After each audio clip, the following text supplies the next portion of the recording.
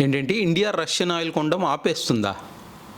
Trump చెప్పిన మాట మోడీ వినేశాడా? వినడానికి ఏదో హాలీవుడ్ స్టోరీలా ఉన్నా నిన్న జరిగిన సీన్ తలుచుకుంటే మీ మైండ్ బ్లాక్ అవ్వాల్సిందే. జియో పాలిటిక్స్లో మాస్టర్ స్ట్రోక్ అని తరచుగా వింటూ ఉంటాం, కానీ నిన్న జరిగింది మార్కెటింగ్ స్ట్రోక్. ట్రంప్ ఒక పోస్ట్ వదిలారు, మోడీ నా బెస్ట్ ఫ్రెండ్, రష్యాతో ఆయిల్ కొనడం మానేసి మనతో $500 బిలియన్ షాపింగ్ చేస్తానని నాతో ప్రామిస్ చేశారు, అందుకే టారిఫ్ 18%కి తగ్గించానని. కానీ ఆగండి, ఇక్కడే అస్సలు ట్విస్ట్ ఉంది. మోడీ పెట్టిన ట్వీట్ చూసారా? అక్కడ టారిఫ్ తగ్గించిన దానికి థ్యాంక్స్ చెప్పాడే కానీ ఎక్కడ రష్యన్ ఆయిల్ బంద్ అని మాత్రం మాట ఎత్తలేదు. కానీ ఇండియా లాంటి దేశం తన ఎనర్జీ సెక్యూరిటీని వేరే దేశం కోసం వదులుకుంటుంది అనుకోవడం ట్రంప్ బిగ్గెస్ట్ ఇమాజినేషన్. సింపుల్గా చెప్పాలంటే ట్రంప్ తన ఓటర్ల ముందు ఇండియాని నేను లొంగదీశాను అని చెప్పుకోవడానికి ట్రై చేస్తున్నాడు. కానీ ఇండియా ప్లాన్ వేరే. మనకు టారిఫ్స్ తగ్గాలి.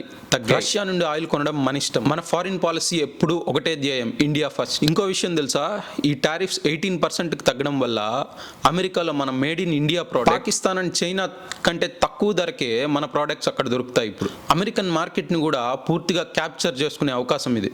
మీరేమనుకుంటున్నారు? ట్రంప్ చెప్పింది నిజమా లేకపోతే ఏదో పబ్లిసిటీ స్టంట్? మీ ఒపీనియన్ ఏంటో కామెంట్స్లో చెప్పండి.